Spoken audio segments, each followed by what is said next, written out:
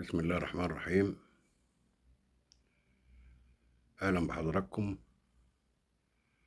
النهاردة هتكلم مع حضراتكم في موضوع في غاية الأهمية،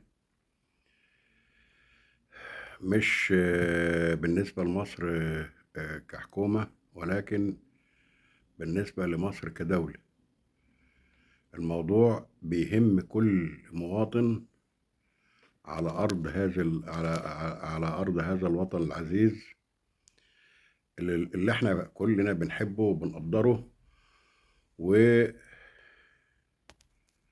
النظر عن مين يحكم أو مين ما يحكمش. الأرض أرضنا، والشعب شعبنا، واللي يضر ضرنا، ومصلحته مصلحتنا. الموضوع أرجو من حضراتكم إن انتوا تسمعوا الفيديو للآخر، لأن الموضوع ده في غاية الأهمية بالنسبة لنا كمواطنين وكشعب وكدولة.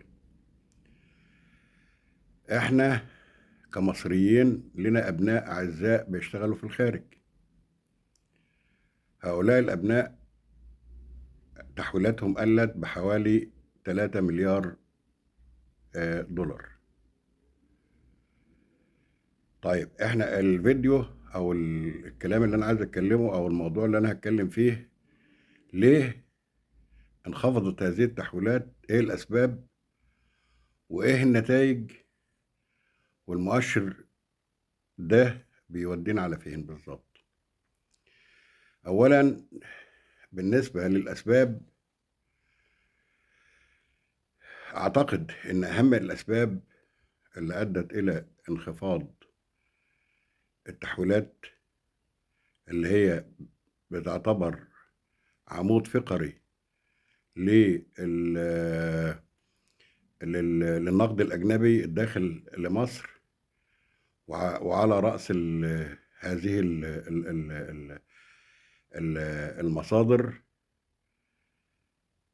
يا ترى هي انخفضت ليه بقى؟ هل المصريين اللي بره ما عادش عندهم ولاء لمصر؟ أعتقد جازما إن ده خطأ، لأن المصريين معروف إن هم بيحبوا وطنهم. طيب، هل هم اتعاملوا مع مصر بمبدأ انخرب بيت أبوك خد لك منه قالب؟ أعتقد برضو لأ. طب يا ترى بقى إيه السبب اللي خلى المصريين تقل تحويلاتهم أو يحولهم عن طريق غير شرعي، وما يحولوش عن طريق البنوك المصرية أو القنوات الشرعية؟ أعتقد إن أهم سبب من وجهة نظري هو خطأ الدولة في تعويم الجنيه. طبعا تعويم الجنيه ده له أضرار كتير، وأظن احنا اتكلمنا فيها قبل كده كتير. من أهم هذه الأضرار تآكل مدخرات الناس، ويعني ارتفاع فاتورة الاستيراد. بدل ما كنا بنستورد بمبلغ، المبلغ ده تضاعف. فاتورة الدين نفسها زادت. في أعباء كتير على الدولة بسبب هذا التخفيض، وأنا مش عارف قرار التخفيض ده طبعا كان قرار خاطئ 100%، لأن احنا مش اقتصاد منتج، احنا اقتصاد يعني ناشئ. ما احناش اقتصاد يعني اللي نقدر نقول الجنيه بتاعنا ارميه هيحمي نفسه. يحمي نفسه ما يكون احنا بنصدر اكتر ما بنستورد، او على الاقل الصادرات قد الواردات، ويبقى الميزان معتدل في الصادرات والواردات. وفي في النقطة ديت بالذات، انا كنت عملت فيديو ونشدت السيد الرئيس انه يوقف هذه التعويمات اللي كان متوقع انها تحصل، التعويم الرابع. واظن الحمد لله آه، السيد الرئيس استجاب، وفعلا ما فيش تعويمات.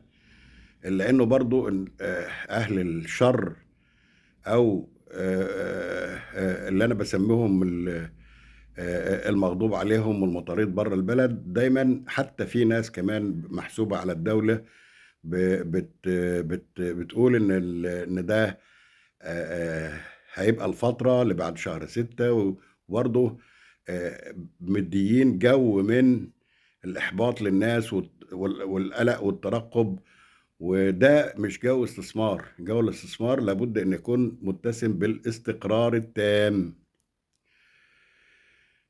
نرجع لموضوعنا يا حضرات. ليه المصريين ما عادوش بيحولهم عن طريق القنوات الشرعية؟ قلنا بسبب الآفة اللي أصابت الاقتصاد بتاعنا، ورشدة الصندوق النكد الدولي اللي جابت الاقتصاد المرض بدل ما تعالجه. فالناس تعاملت من مبدأ مصلحتي ومصلحتك بقى، خصوصا ان الدولة سياستها بتعامل المواطنين مصلحتي ومصلحتك. يعني فواتير الكهرباء بريباد، المية بريباد، ادفع ثم خد خدمتك.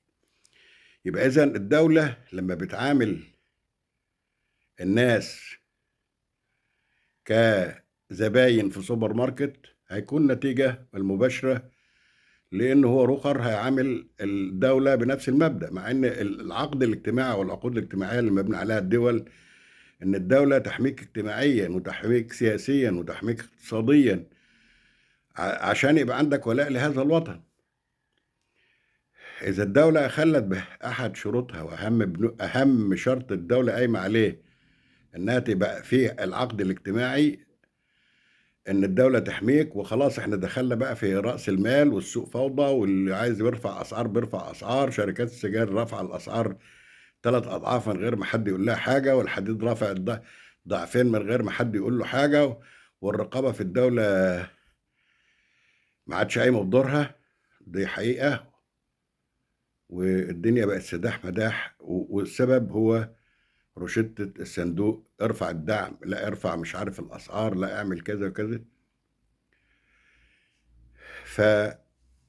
فاحنا بنناشد، ويا ريت كل اب وكل اخ وكل اخت وكل ابن له حد من ابنائه في الخارج يقول له ان تحويلك عن طريق السماسرة والسوق السوداء بيضر الاقتصاد المصري، وبالتالي احنا المضرورين. يعني اهلك كمغترب هنا هم اللي هنضروا، لانك اذا كنت استفدت من الفرق في الزيادة في التحويل من السعر الرسمي إلى السعر السوق السوداء بمبلغ معين، هذا المبلغ هتيجي في مصر هتلاقيه تآكل. تلاقي الحديد مرفوع، هتلاقي السكن مرفوع، هتلاقي الأكل مرفوع. كل هذه الفوضى في الأسعار بتيجي نتيجة لإيه؟ بتيجي نتيجة لأن الدولة مش عارفة توفر نقد أجنبي، اللي لو سعادتك فضلت